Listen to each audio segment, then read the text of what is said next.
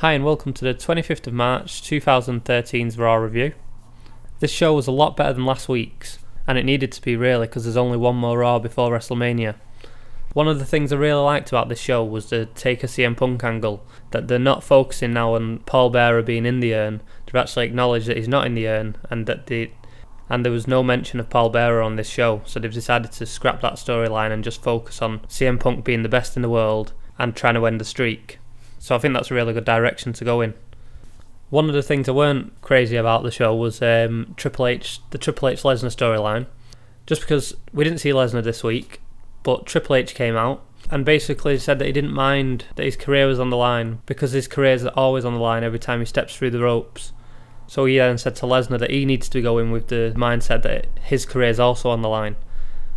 And it would make more sense if Triple H hadn't had his arm broken twice off Brock Lesnar, but it just seemed a bit silly for him to be coming out saying I could end your career when Brock Lesnar's already got the better of him twice already. It was confirmed that Jericho will be facing Fandango at WrestleMania. The funny thing about this segment was Fandango kept holding the mic near the floor, and you could hear everything Jericho was saying to him. He was telling him to pause before he said his name, Fandango, and then he dropped the mic again and you could hear him say, just look at me, just look at me. So I did find that quite funny. I think he needs to be a bit more careful where he's putting the mic, maybe not next to the person who's telling you what to do. The best match of the night, in my opinion, was The Miz versus Wade Barrett. I thought it was a really good match, and The Miz won by the figure 4 leg lock, and he gets a win over the Intercontinental Champion, and now this looks like it's going to be The Miz for the Intercontinental title at WrestleMania. It's not been confirmed yet, but it's definitely looking like they're going that way, especially with Jericho now in the feud with Fandango. It makes sense for them two to be facing each other. And then we come to Cena, who had quite a long segment at the end of Raw, but I do think quite a lot of it was needed. I mean, it didn't seem to drag on. It was quite good.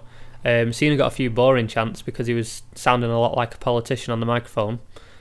And I also got the impression that Cena was maybe going to turn heel. I mean, I know everyone's always waiting for Cena to turn heel, and that he probably won't at WrestleMania, but they said they've had this story in mind set up from when The Rock came in, and if this is going to be the last match together, and they've clearly made Cena that he has to beat The Rock no matter what, so I do think it's enough to turn that character heel. It's been eating away at him for a year now, and it makes sense, but whether they'll do it or not, we'll see at WrestleMania. I don't know if they will do it, just because I can't think who'd take that place as the main babyface if it wasn't Cena. There don't seem to be anyone ready for it yet. The only other option would be to turn Punk face, but he's not even been heel for a full year yet, so I don't see that happening. I can't really see him going with Randy Orton, since it's looking like he's going to turn heel at WrestleMania and turn on Big Show or Sheamus and start a feud with them. But it would be really interesting if they actually did set up Cena's heel turn to have a 2-year story arc for him to actually turn heel. I mean, it did seem to go slightly heelish in his promo last night. I don't know if that was just me picking up on that. Let me know what you think. But I do think it would be a really good story arc. I'm just not sure if they'd actually do it. Anyway, thanks for watching. Be sure to let me know what you thought of the show, or if you disagree with any of the comments I've made, let me know in the comments box below. And until next week, thanks for watching.